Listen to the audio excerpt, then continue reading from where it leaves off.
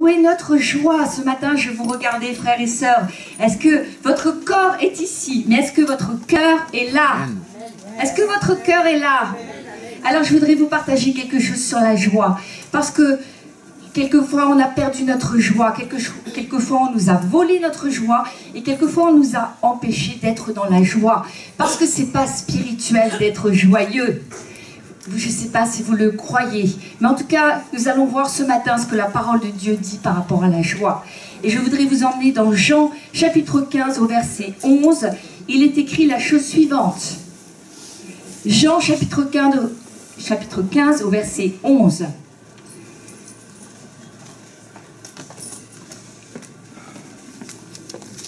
Je vous ai dit ces choses afin que ma joie soit en vous et que votre joie soit parfaite. J'ai déjà prêché sur ce passage de Jean 15. Et quand Jésus dit ça à ses disciples, c'est le passage où il explique qu'il faut porter du fruit. Et que si l'on porte du fruit pour le Seigneur, alors la joie du Seigneur va être en nous. Et là, je voudrais vous parler, non pas du fruit, comme j'ai parlé la dernière fois, mais de la joie. Parce que la joie, quand nous allons porter du fruit, la joie de Dieu va venir en nous. Alors, on ne sait plus quoi faire avec la joie. Il y a des passages différents dans la parole de Dieu qui nous parlent de la joie. Est-ce que je peux être dans la joie? Est-ce que je peux exprimer ma joie? Ou est-ce que je suis un chrétien charnel si je suis dans la joie? Alors, je voudrais vous donner ce matin quelques versets pour qu'on puisse vraiment faire le point par rapport à la parole de Dieu. Que vous repartiez vraiment rassurés ou que vous partiez en changeant peut-être aussi votre façon de faire et d'être. Dans Lévitique au chapitre 23, il est question de la fête des moissons. Et là, vous savez, dans l'Ancien Testament, il y avait en tout 7 grandes fêtes juives. Et c'était donc les Israélites avaient une convocation et devaient se rendre à ces fêtes. Et cette fête a quelque chose de particulier qui se situe au moment de la Pentecôte. Et c'était au moment de la moisson, et donc les Israélites devaient donner la gerbe, c'est-à-dire les prémices de leur moisson. Ils apportaient ça aux prêtres, et là il y a marqué, ce jour même, vous proclamerez la fête. C'est-à-dire que Dieu leur disait, vous devez être dans la joie. Alors se posait le problème, oui, mais ceux qui avaient un deuil, ceux qui avaient des problèmes, ceux qui n'allaient pas bien, et bien Dieu leur disait, tu dois laisser de côté tes problèmes, tu dois laisser de côté ta tristesse. Et là, je te demande d'être dans la joie. Dieu nous demandait de demander au peuple d'Israël de se forcer, d'être dans la joie, d'aller chercher des ressources pour être dans la joie. Et on va retrouver ça dans le Nouveau Testament, dans 1 Thessaloniciens, chapitre 5, au verset 16. Soyez toujours joyeux. Ce verset-là, on ne le comprend pas toujours, frères et sœurs. Qu'est-ce que ça veut dire, soyez toujours joyeux? Est-ce que ça veut dire que du matin au soir, je dois être hilar? Non, ça ne veut pas dire ça. Ça veut dire que, bien sûr, nous allons avoir des épreuves, des souffrances. Peut-être que ce matin, il y a un fardeau qui est là sur vos cœurs et que vous êtes un peu plombés, vous avez du mal à vous réjouir dans la louange, dans la maison du Père. Mais ça veut dire, Dieu nous dit, écoutez, il y a des moments où, oui, il va falloir laisser votre tristesse de côté.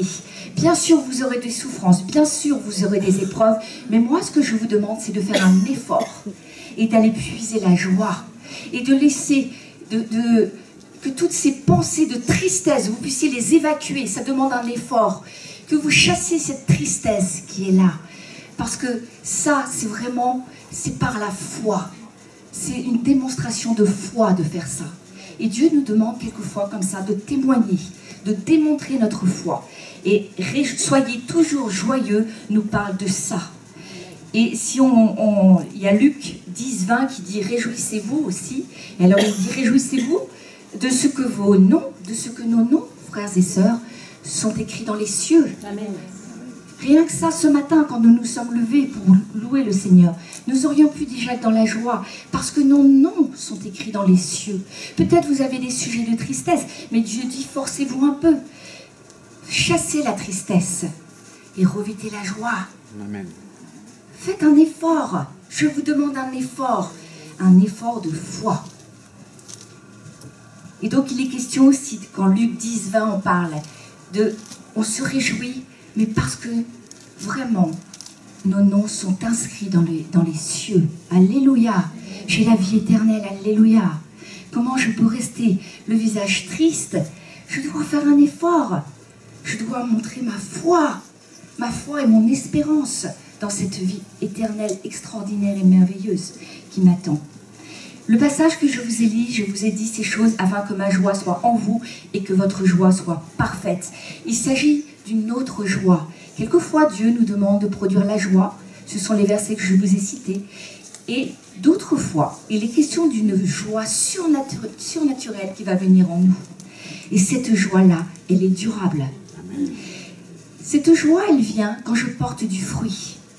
Vous savez, quand un pécheur se repent, eh ben, il est écrit que les anges étaient dans la joie.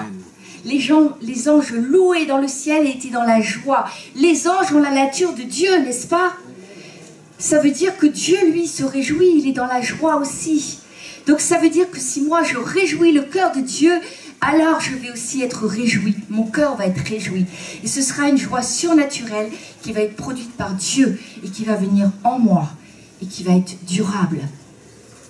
Alors il y en a, et comme ça c'est assez tabou de dire, mais c'est prétentieux de dire que tu peux réjouir Dieu. Tu peux donner la joie à Dieu. Dieu, forcément, Dieu c'est la joie, Dieu c'est la paix. Mais je peux encore ajouter à la joie de Dieu. Et je peux le réjouir encore plus. Je peux réjouir mon Père davantage encore. En faisant quoi? Vous savez ce qui réjouit beaucoup Dieu, c'est que nous soyons dans la communion fraternelle. Une vraie communion sincère. Parce que je l'ai dit tout à l'heure, votre corps peut être là, mais votre cœur n'est pas là. Et Dieu ne va pas être réjoui. Et si vous voulez vraiment que nous puissions réjouir encore aujourd'hui le cœur de Dieu, il faut vraiment que nous soyons dans cette communion fraternelle. Un même cœur, un même esprit, un même sentiment. On peut réjouir le Seigneur, je vous assure. On peut réjouir, Matthieu 10, 42 dit, et quiconque donnera seulement un verre d'eau froide à l'un de ces petits parce qu'il est mon disciple, je vous le dis, ne perdra pas sa récompense. Matthieu 25, 39, je vous l'ai dit, en vérité, toutes les fois que vous avez fait cela à l'un de ces plus petits de mes frères, c'est à moi que vous l'avez fait. Le cœur de Dieu se réjouit. Et parce que le cœur de mon Père se réjouit, la joie de Dieu va venir en moi.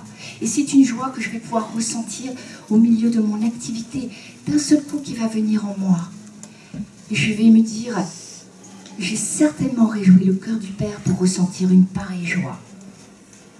Voilà, je voulais vous partager ça. Que nous fassions bien la différence entre ce que nous dit 1 Thessaloniciens 5, 16, réjouissez-vous, soyez toujours joyeux, où là il est question vraiment de produire la joie. Dans des temps même de souffrance, vous savez, la souffrance ne durera pas toujours. Mais Dieu veut vraiment à ce moment-là qu'on fasse comme un acte de foi, en chassant la tristesse et en étant joyeux. Parce qu'on se souvient que nos noms sont inscrits dans les cieux. Et puis il y a l'autre, quand je produis du fruit, quand j'ai fait des choses, je peux vraiment réjouir le cœur du Père. Et ça, c'est la joie parfaite dont Jean 15, verset 11 nous parle. Parce que la joie du Père doit venir en nous. Et c'est quand elle est en nous qu'elle devient parfaite. Et là, je n'ai rien à produire. Ça ne vient pas de moi. Ça vient de Dieu directement. Et parce que je l'ai réjoui, mon cœur est réjoui. Amen. Soyez vraiment ce matin encouragés. Et si vous êtes triste, si vous avez des fardeaux, rappelez-vous ce que nous dit Paul. Il nous dit, soyez toujours joyeux. Alors dans la maison du Père ce matin, c'est vraiment encore le moment où il faut se réjouir. Levons-nous frères et sœurs pour louer et adorer.